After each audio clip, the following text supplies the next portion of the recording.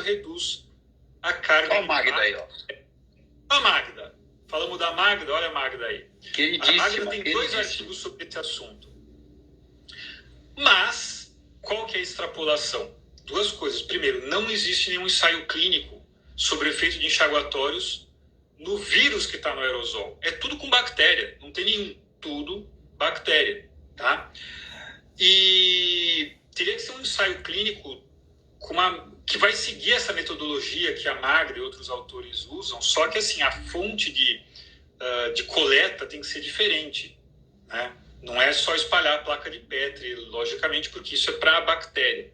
Então, para comprovar se o bochecho teria um efeito em vírus, teria que ser feito um estudo. Não tem evidência. Não tem evidência de que um bochecho reduz a contaminação por vírus no ambiente odontológico, um bochecho pré-procedimento. Tá? Seja ele qual for. Seja ele qual for. Inclusive, na nossa revisão, não tem nenhum estudo com água oxigenada. Perfeito. Tá? Seja essa alquimia toda que o pessoal está divulgando, seja os bochechos que comercialmente conhecemos e preconizamos aos nossos colegas. Exatamente. Acho que esse é o X da questão, não é, Cláudio? Não tem nenhuma evidência palpável, exequível, para a gente dizer, olha, gente... Agora, surgiu um comentário da Luiziane Borges, eu vou te contar, para complementar isso que você está falando, que surgiu hoje. A ANS, Agência Nacional de Saúde, no mês de abril, descreve que povidona 0,2% ou água oxigenada 1% ou 0,5% seria o bochecho, vamos dizer assim, ideal para essa desinfecção prévia ao procedimento odontológico, né? A prática de um procedimento odontológico. Agora, a ANS mudou o posicionamento. O bochecho prévio de água oxigenada 1% ou 0,5%, ou a povidona 0,2%, e na sequência, no minuto seguinte, um bochecho com clorexidina 0,12%. E eu pergunto, não tem base nenhuma também. Não tem evidência. E é incrível, porque não tem evidência, e nós estamos assistindo assim a exaltação da não evidência, Cláudio, por órgãos de vigilância em saúde, por órgãos regulamentadores da prática em saúde, meu Deus do céu. E isso as pessoas compram como se fosse lei, né? E por quê? Porque é o momento em que estão cobrando da ciência que ela ande na velocidade de um Fórmula 1, quando ela não pode andar na velocidade de um Fórmula 1, porque a ciência não se faz assim. Ciência não é fast food no McDonald's, né? Ela precisa de tempo para desenvolver o seu trabalho. Passo demorado, né? E é importante também que se diga o seguinte, como esse tema é importante, tem muitas revistas científicas que estão publicando pré-prints, né? Artigos que ainda não foram revisados como deveriam, porque é importante você ouvir opiniões sobre esse assunto, e se for feito um estudo, aliás, tem muita carta ao editor também, que muitas vezes são opiniões, né, das pessoas, dos pesquisadores, mas não tem evidência. Exato. E a própria carta ao editor do Martin Addy, a carta ao editor do Martin Addy para o British Dental Journal, onde ele escreve que o detergente do creme dental, e acho muito legal a gente falar isso, porque isso enseja um risco de fake news, e vamos tratar disso, Cláudio, porque a gente conversou disso antes da gente fazer a live. O Martin Addy, ele enseja a teoria de que o detergente que existe no sabão que a gente lava a mão, no shampoo que a gente lava o cabelo, que ajuda, vamos dizer assim, a desinfectar o nosso corpo, diminuir o risco de contágio pelo coronavírus, e isso é eficiente, né? É dito como comprovado e eficiente realmente, é reconhecido como uma medida de higiene que ajuda no combate à infecção pelo coronavírus. Seguindo esse pressuposto, o creme dental tem detergentes, deve estar se referindo ao lauryl sulfato de sódio, que são tão eficazes quanto os do sabão. Portanto, isso inativaria o coronavírus na saliva e na boca. É essa a colocação que a gente está ouvindo, Cláudio? Não tem também evidência nenhuma. Perfeito. Tá?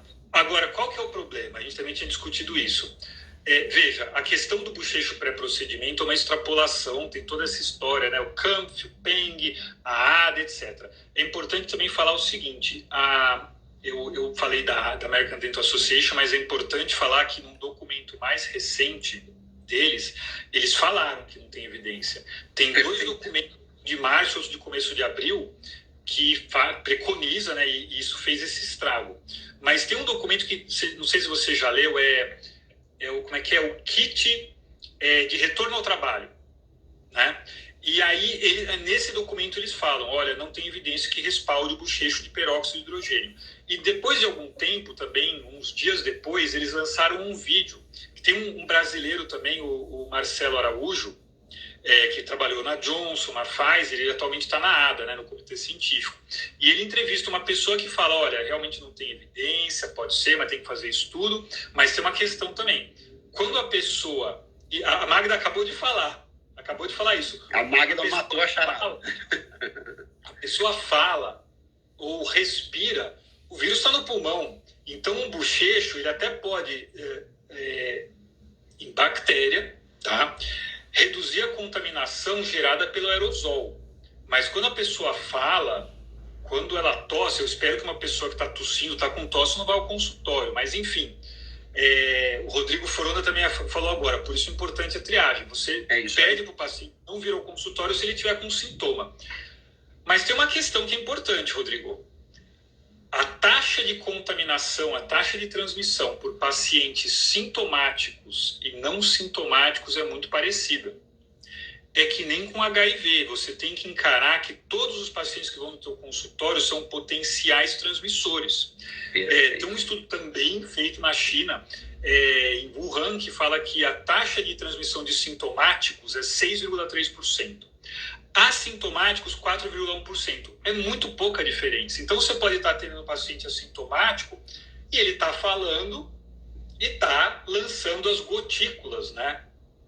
Só que, assim, fazer um bochecho não vai prevenir isso completamente. Então, infelizmente, seria muito bom, mas não existe essa evidência. Agora, o grande problema, que a gente conversou um pouco antes, é o seguinte, a população achar, aí a extrapolação maior ainda, achar que fazendo bochecho, é isso que não pode acontecer. Achar isso para mim é o pior, Cláudio. Você vai prevenir a sua contaminação. Porque Cláudio, toda essa discussão em relação ao bochecho pré-procedimento. Tem colega nosso contando que o paciente comprou um frasco de água oxigenada na farmácia e começou a bochechar com água oxigenada. Por quê? Porque a informação é mal disseminada. Eu vou te contar isso porque vamos comparar o risco da informação mal passada ou extrapolada.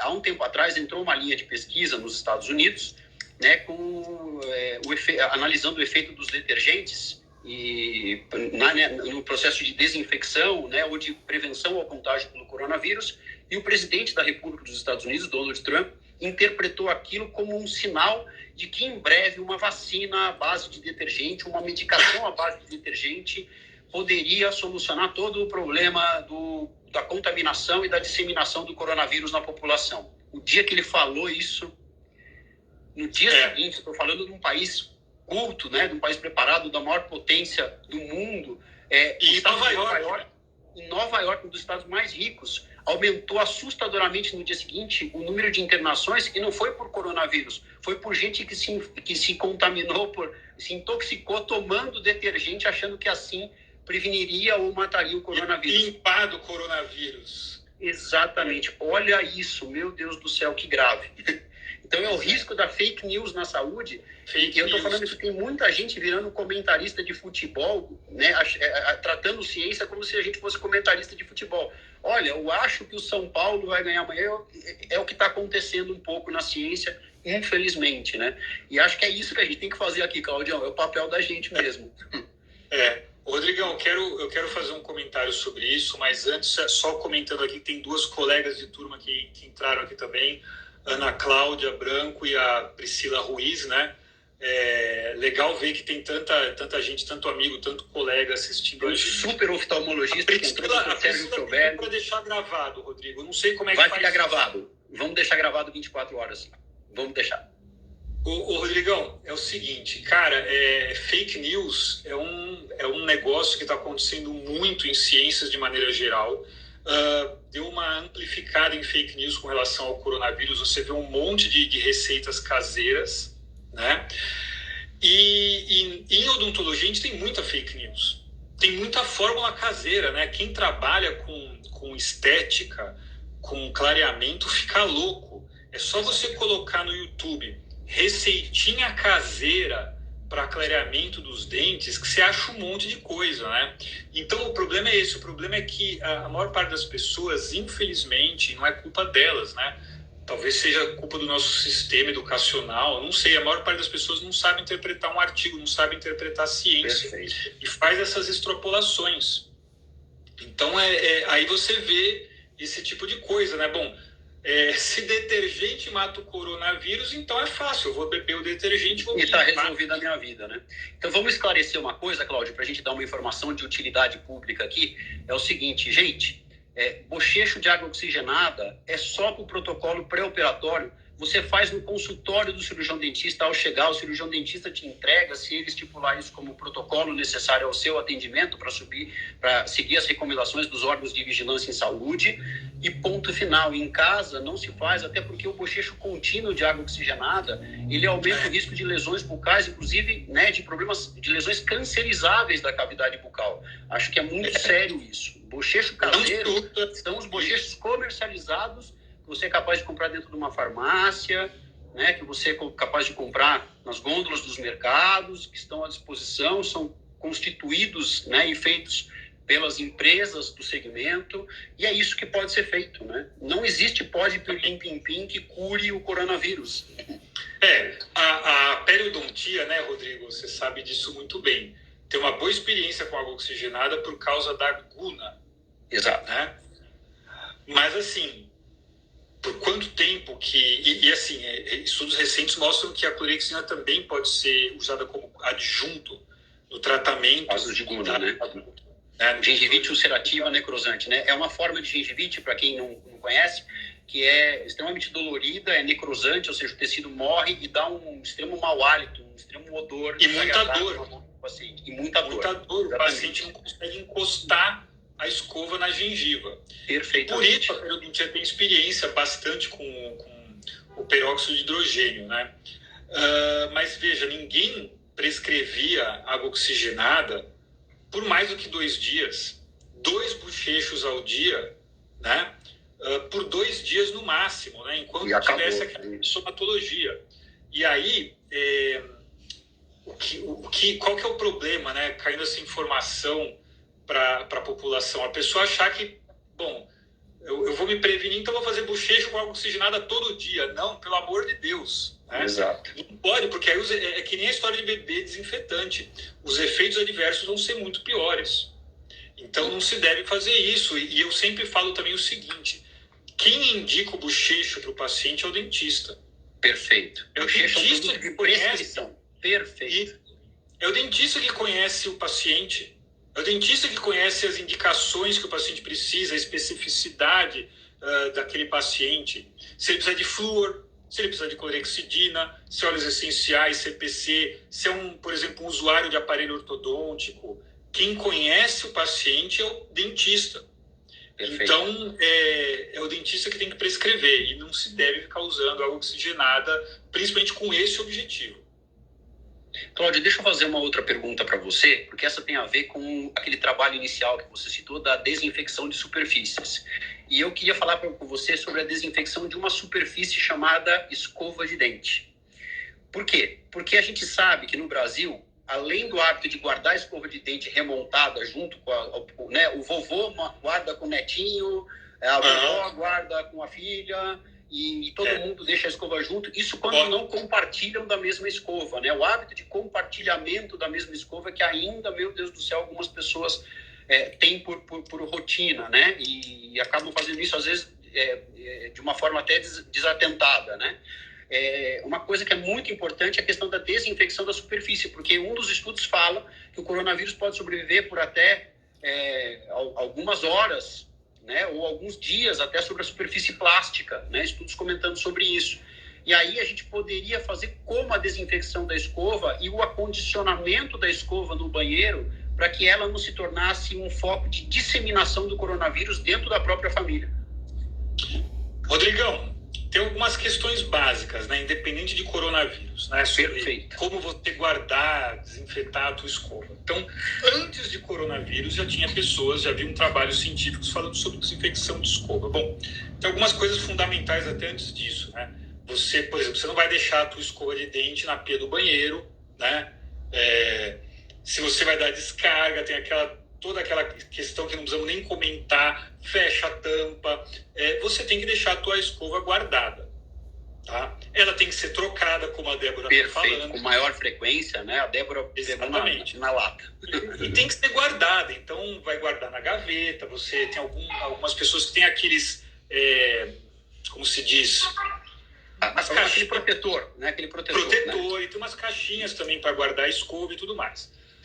Ok, bom, em relação à contaminação por bactéria, tem alguns artigos. Tem, inclusive, eu estava dando uma estudada, lógico, né, para a nossa live aqui, para eu não falar bobagem, e eu vi hoje que tem até um estudo do grupo da Unixul, de duas amigas, né, a Adriana Ortega e a Renata Guaré, em que elas mostram que o hipoclorito de sódio a 0,08% é eficaz na descontaminação da escova por bactérias.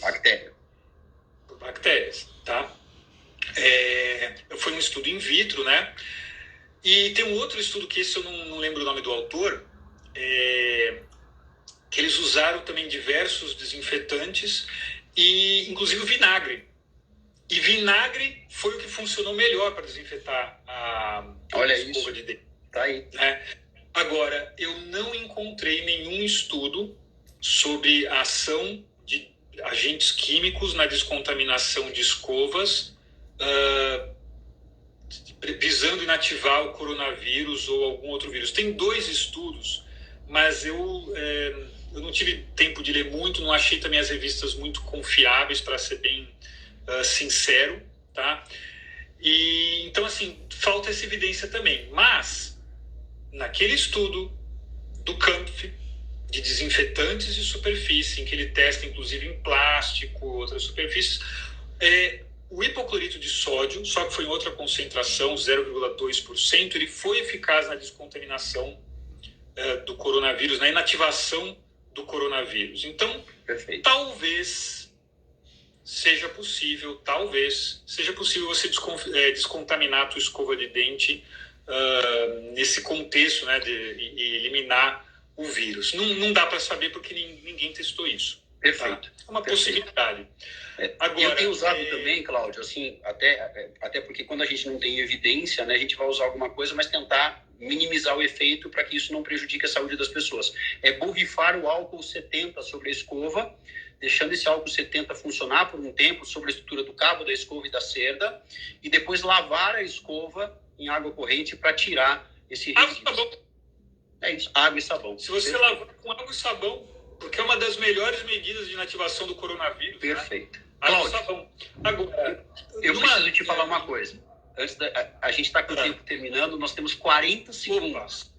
Eu queria agradecer Rodrigo, imensamente. A gente ficou 1 hora, graças a Deus, falando, e eu falo para você, teria mais 1 hora para falar com você aqui, porque no assunto não falta. Cláudio, muito obrigado. Eu só tenho a te agradecer muito pela tua participação. Queria fazer uma sugestão para todo mundo. Lê esse livro aqui, ó. Eu comecei a ler agora, o Sapiens, durante a fase do coronavírus. E é impressionante porque a gente vê que algumas pessoas, como a gente constatou aqui, né, estão reproduzindo o hábito do Neandertal, né? Daquela época do livro do Sapiens. Fiquem com Deus. Cláudio, um grande abraço, querido. Obrigado, viu? Parabéns.